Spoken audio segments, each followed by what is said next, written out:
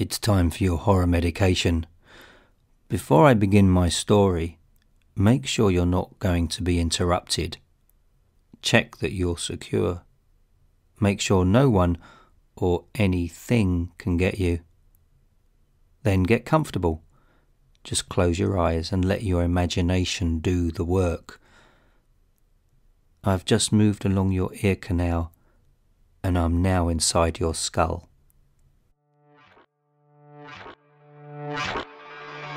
Gregory, written and narrated by Bleeding Critic. Gregory had been so focused on his work over the past few weeks that on that beautiful morning it was the first time for ages that he took his two dogs for a walk. His wife Julia had been walking them regularly. His wife Julia had been keeping their home tidy and clean. His wife Julia had been washing and ironing his clothes. His wife Julia had been making sure their teenage daughter was mothered and taken care of. And his wife Julia organised their social diary and initiated those intimate times of making lust. During the dog walk, Greg had a light bulb moment. It's time to arrange a treat for his gorgeous wife. He booked a spa day just for her. Sauna, steam room and swimming pool. Fabulous lunch included. Greg could never keep secrets from Julia. Julia knew Greg so well she managed to guess what he planned. Although she noted it was just for her, because she's a special lady, she insisted that he joined her.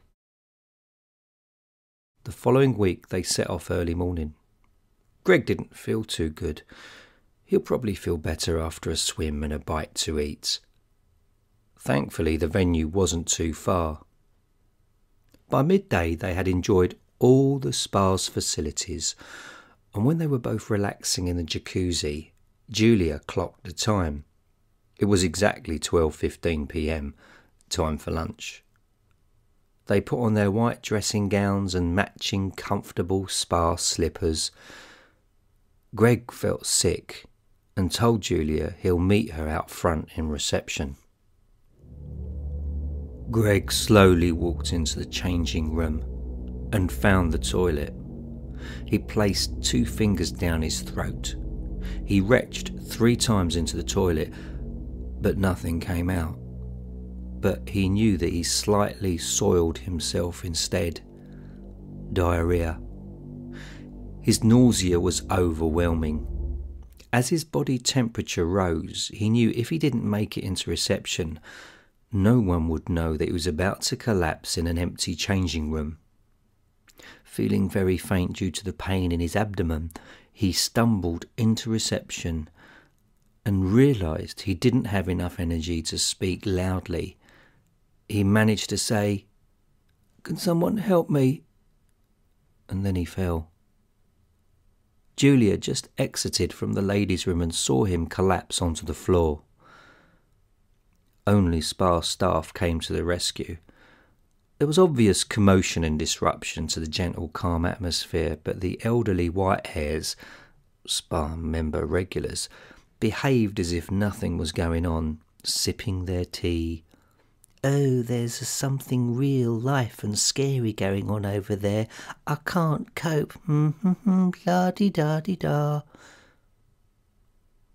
Greg didn't black out, and he didn't bang his head on the solid marble floor. His head was hot. His arms were tingling cold. He had no chest pains. He actually felt like one of those unlucky extras in the original film The Matrix, when the bad guy pulled the plug and suddenly the good guy would just flop down dead. Even in his sudden state of vulnerability and pain, he managed to apologise for ruining his wife's spa day. Julia was more concerned, then she became scared as she witnessed her husband's eyeballs move up, and so his pupils looked inside his skull, then moved further around to the back of his head. To see the one she loved with white eyes was horrible. After the staff placed Greg in the recovery position, his eyes returned to their normal position.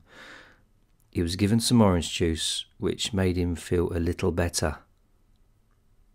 Greg thought he was developing diabetes. An ambulance was called just in case, and it wasn't deemed as an immediate threat to life. 60 minutes later, the ambulance and 2 paramedics arrived. Greg was resting in one of the vacant treatment rooms with Julia. He still felt nauseous and very guilty. Paramedics found no abnormalities. His blood sugar levels were fine, and Greg suggested the sudden sickness could have been caused by the lukewarm burger he had 48 hours ago. After a while, Greg attempted to eat and have some water. He immediately vomited everything up and felt very faint again. Greg was scared, feeling worse, and asked to be taken to hospital. The paramedics' impression was that Greg had gastroenteritis. The hours went by. Hospital staff were excellent and efficient. Further tests were made. They took Greg's symptoms very seriously. The hospital doctor agreed with the paramedic, gastroenteritis. However, the hospital doctor thought that Greg needed to see his own doctor due to an inflamed area around the abdomen. Because the accident and emergency wing of a hospital is to ensure no patient has anything life-threatening, Greg was discharged and free to go. Julia called a cab to return them to the spa, to pick up their car and get her husband, Greg, home. Understandably, Greg said that he would never visit a spa again. Greg knew his body will take a while to recover from gastroenteritis, yet he felt not right and knew something else was going on. Greg went to see his own doctor the next day. His doctor agreed with Greg that something wasn't quite right. Due to Greg's past history of ulcerative colitis, an operation was arranged. A colonoscopy would examine the lining of the bowel wall. The thin, flexible tube would report any inflammation which could have ignited the recent stomach illness. After the colonoscopy and blood tests for everything, there was no flare-up from colitis, and the bowel walls were fine.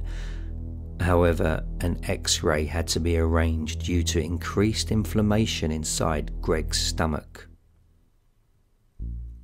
The doctor called Greg after the stomach scan and arranged an immediate operation. The doctor was very vague over the phone. During Greg's urgent operation, a dark grey growth was found. The surgeon started to sweat, and for the first time in his extensive career as a surgeon, he was genuinely afraid. He presumed the mass of cells had not fully developed. It was a 4.5-inch fetus with a hardened skeleton and webbed hands. How the hell did this get inside a male stomach? What was more troubling is that this twisted stowaway had 6 small arms and a small single spiral horn growing out of its forehead. The growth was carefully removed for further testing, and Greg made a full recovery. It was agreed by the operating staff not to tell Gregory the truth in order to protect his well-being. In 1977, when Greg was nesting inside his warm mother's womb, a few hours before his birth, something entered his slightly sedated mother's vagina and made its way up into the uterus. It tore open the fluid membrane that protects and cushions baby Gregory, and while the clear fluid leaked out of the vagina, the intruder inserted its seed through the protective jelly of the umbilical cord and into the cooled single vein, which carries oxygenated, nutrient-rich blood that enters the navel of the soon-to-be-born baby Gregory.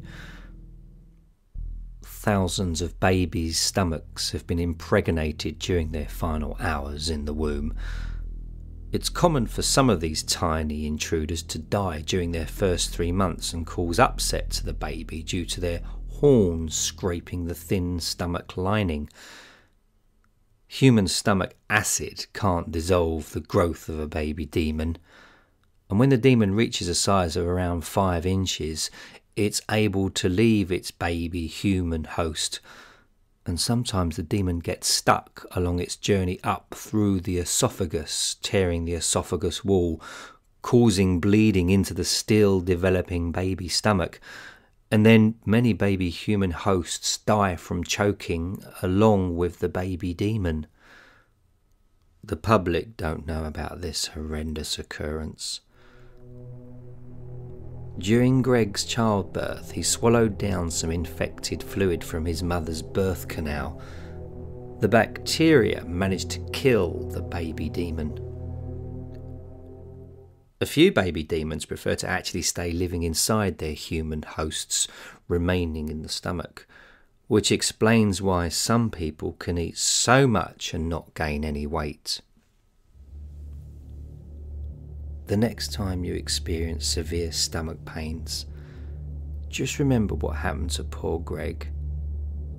Could it be a dead baby demon's single horn scraping your stomach lining? Or a lazy demon sharing your drink and food? Now, if it is a demon that decided to stay, no one knows what they are capable of if an eviction is imminent. Let's just hope they don't climb up into your esophagus and choke you to death.